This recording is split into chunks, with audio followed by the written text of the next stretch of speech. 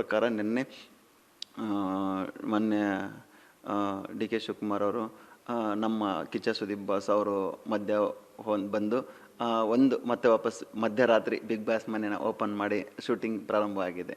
Sir, ಈಗ big boss ಅಂತಂದರೆ of course Sudeep ಅವರು ಹೋಸ್ಟು, ಆದರೆ ಇದಕ್ಕೂ ಸುದೀಪ್ ಅವ್ರಿಗೂ ಏನೂ ಸಂಬಂಧ ಇಲ್ಲ, ಜಸ್ಟ್ ಅವರು ಹೋಸ್ಟ್ ಆಗಿ ಬರ್ತಾರೆ ಅಂತ ಎಲ್ಲ ಮಾತನಾಡ್ಕೊಳ್ತಾ ಇದ್ರು. ಅಷ್ಟರಲ್ಲಿ ಕಿಚ್ಚನೇ ಎಂಟ್ರಿ ಕೊಡಬೇಕಾಗಿತ್ತು ಈ ಪ್ರಾಬ್ಲಮ್ನ ಸಾಲ್ವ್ ಮಾಡೋದಕ್ಕೆ.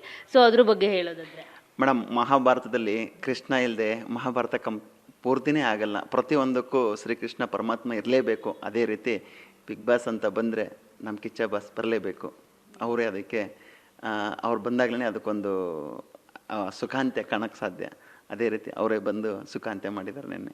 ಏನನ್ಸುತ್ತೆ ಸರ್, ಅಂದರೆ ಅವರು ಜಸ್ಟ್ ಹೋಸ್ಟ್ ಆಗಿಲ್ಲ, ಅಂದರೆ ಬಿಗ್ ಬಾಸ್ ಅಂತ ಅಂದರೆ ಅದು ನನಗೂ ಒಂದು ಜವಾಬ್ದಾರಿ. ಸೊ ಅದಕ್ಕೇನಾದರೂ ಪ್ರಾಬ್ಲಮ್ಸ್ ಅಂದರೆ ನೀವೀಗ ಪ್ರೆಸ್ ಮೀಟ್ಗಳಲ್ಲಿ ನೋಡ್ಬೋದು, ಏನಾದರೂ ಪ್ರಶಾಂತ್ ಅವ್ರಿಗೆ ಪ್ರಶ್ನೆ ಹಾಕಿದ್ರೆ ಅವ್ರಿಗೇನಾದರೂ ಆನ್ಸರ್ ಮಾಡೋದಕ್ಕಾಗಲಿಲ್ಲ ಅಂತಂದರೆ ಸುದೀಪ್ ಅವರೇ ಅದಕ್ಕೊಂದು ಸೂಕ್ತವಾದ ಆನ್ಸರ್ ಕೊಡ್ತಾರೆ.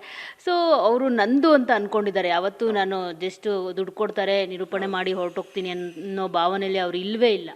ಮೇಡಮ್, ಸುದೀಪ್ ಬಾಸ್ ಯಾವತ್ತೂ ಕೂಡ ನಮ್ಮ ಬಿಗ್ ಬಾಸ್ ಮನೆ ಆಗಲಿ, ಬಿಗ್ ಬಾಸ್ ಕಂಟೆಸ್ಟೆಂಟ್ ಆಗಲಿ ಯಾವತ್ತೂ ಕೂಡ ಹೊರಗಿನವ್ರ ಥರ ನೋಡೇ ಇಲ್ಲ. ಅವರು ನನ್ನ ಕಂಟೆಸ್ಟೆಂಟ್, ಅವರು ನನ್ನ ಮನೆ ಸದಸ್ಯರು ಅವರು ಅಂತಲೇ ಅವರು ಟ್ರೀಟ್ ಮಾಡಿದ್ದಾರೆ ಎಲ್ಲರೂ ಕೂಡ. ಸೀಸನ್ 1 ಸೀಸನ್ 12ವರೆಗೂ ಅವ್ರು ಅದೇ ರೀತಿ ನೋಡ್ಕೊಂಡು ಬಂದಿದ್ದಾರೆ. ಬಿಟ್ಟರೆ ಯಾವುದೇ ಥರದ ಭೇದ ಭಾವ ಮಾಡಿಲ್ಲ, ಮುಂದೆನೂ ಮಾಡೋದಿಲ್ಲ ಸುದೀಪ್ ಸರ್ ಯಾವತ್ತೂ ಕೂಡ.